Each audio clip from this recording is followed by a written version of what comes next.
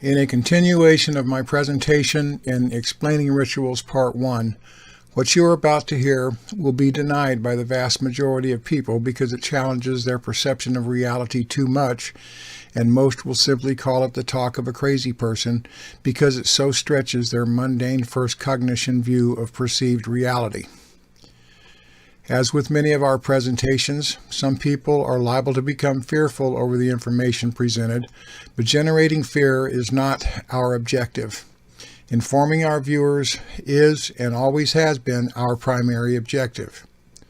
Greetings, ladies and gentlemen. I'm Endall Beall, and the topic of this discussion is Explaining Rituals, Part 2.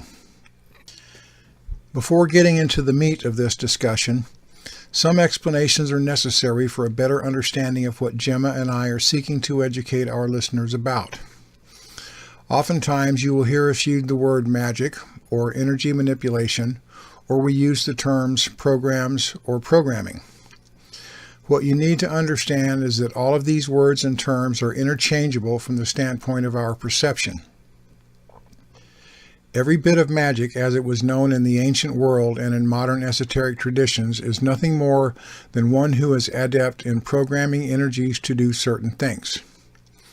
With the advent of the computer age and computer programming, then explaining magic can be better understood, as Gemma noted in one of her recent videos, as providing a set of instructions through a program to make energy do certain things. With the understanding that programming energy is really very little different than programming a computer with a set of instructions to perform certain tasks, we remove the mystical aspect of magic and bring it down to the level of explainable and hopefully more acceptable terms for first cognition understanding. All of creation is nothing but energy, whether that energy is as invisible as electricity and current, or whether it is a more compressed form of energy condensed into material form. Energy is what makes this creation function in all its varied forms. The ancient so-called gods understood this and learned to program and utilize various energies to capture and harness the energies of others in order to boost their own power to drive their agendas of tyranny. If you have ever taken the time to look into ritual magical practices, you are going to find that they are generally used by other practitioners or practitioner wannabes to influence other people against their will and without their knowing that they are being manipulated. The simplest examples are those such as love spells or curses. Both of these examples are rather garish examples of influencing others against their will. No matter how you want to look at it, this is all a form of tyranny. Where this tyranny becomes even more sinister is when one can convince people to give up their energies willingly, thinking they are doing one thing, and the energies are converted to do something completely opposite of what they believe. Gemma covered part of this in her video, Programs and Introduction.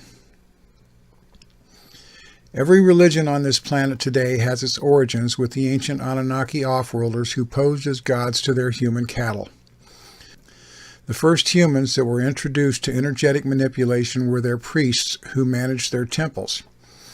Aside from learning how to program and manipulate energies through the rituals that the gods designed, many of these priests were also taught the general sleight of hand illusionary magic that magic is known as today. By teaching their priests how to do these parlor tricks, the gods deceived the public into believing that such sleight-of-hand magic tricks were indicative of the power of the gods or goddesses the priests represented. Through such trickery, the priests were then to believe to possess the magical powers of their gods.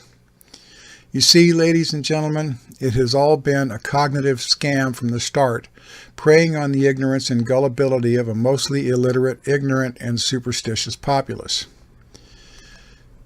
The origin of all ritual magic finds its roots in the priesthoods of old, for it was only upon the most trusted human cattle that the Anunnaki gods bestowed this knowledge. When the gods were absent, it was left to the Aryan controllers who occupied the priesthoods to awe the crowds with their illusions of magic to secure their power as the intercessors of the gods. Along with the practices of illusionary magic, these priests were also steeped in the rituals the god passed down to them in order for the gods to continue to harness the energies of their human cattle and feed on through their systems of belief, fear, and presumptions about the might and glory of their gods. This awe over the presumed power of any god, gods, or goddesses in every religion worldwide is still creating energy harnessing for the multitudes of people who willingly give up their energies to the religious or spiritual beliefs they embrace. Once this energy is harvested, it is no different than one filling up a gas tank with fuel. This collection of energy, once harnessed through people willingly giving it up, then becomes an energy well upon which those adepts who gathered the energies can use for their own purposes. Regardless of the reason a person decides to give up their energies to a belief system, once that energy is given, it then becomes the property of the harvester or harvesting institution to be used as they see fit to fulfill their own agendas. Over the ages, from the times when the Anunnaki gods started developing all of their temple cults, hiding behind many different names and many different lands, ritual after ritual was designed to harness the energies of the believers in the cults of the gods and goddesses, created around themselves to feed on and gain more power for themselves and the religions they created to worship them. The ancient off-worlders from Orion were only interested in harnessing the energies produced by fear. I explained this in my We Are Not Alone books. It wasn't until the Anunnaki started working to undermine the control through fear programs that the Orioners utilized that the nuances of other human emotions were tapped into by these Anunnaki off-world tyrants in collusion with the Hapim hives to trick humans into giving up their energies willingly to their formulated religions. Every different temple cult and subsequent religion has its own forms of rituals attendant with the belief, and these differences in belief and dedication to specific ideas about God often led to strife and warfare between the followers of these competing gods and goddesses, with the attendant energies of fear, misery, and grief upon which these energetic tyrants also fed the gods and the systems of worship they created. Every modern-day religion or spiritual belief that leads anyone to believe in some kind of higher power is designed to subversively steal your personal energies by your blind and ignorant dedication to whichever belief system you adhere to. By seeking any form of alleged divine or magical power, and by performing any kind of ritual practices through prayer, group meditation sessions, crossing yourself, bending your knees before the altars of your gods, using rosary or prayer beads, lighting candles for prayers or other rituals, learning to cast spells or any other mystical or magical practices, harnesses your personal energies that you willingly give up by believing that these rituals have any kind of power to reach your gods or fulfill your ego desires to cast spells and do magic. This also includes all the smarmy New Age bullshit seeking to change the world by spewing out the love and light doctrines and arbitrarily throwing your energies around trying to shape the world to your ego-driven doctrinal New Age desires. The belief in strict materialism, based on reason and logic, is not immune from being a belief system, because those who believe that science has all the answers are only bowing before the altar of materialism and reason, and they are equally giving up their personal power to a belief system that still harnesses their personal energies for purposes which the energy contributor is completely unaware, and in the case of materialist science, completely unwilling to admit. It is the ego demand to maintain any kind of belief that makes such energy traps so dangerous for human consciousness, and it is because this has been kept secret as the alleged mystery traditions or ancient wisdom that most of humanity is unwilling to accept the idea that such dastardliness can exist. Denial is much safer, and blissful ignorance creates a safe harbor for every denying ego who supports their world of beliefs to continue living their personal and herd lies. This denial only allows the adepts to continue their energetic perfidy and gives them a powerful edge over all humans on this planet by practicing what I just shared with you, while the rest of humanity refuses to entertain the idea that such things are true and lives safely in their realm of comfortable denial.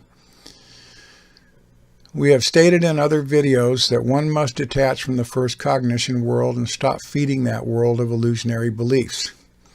What I have just explained is how each and every one of you feeds these systems of belief in one form or another.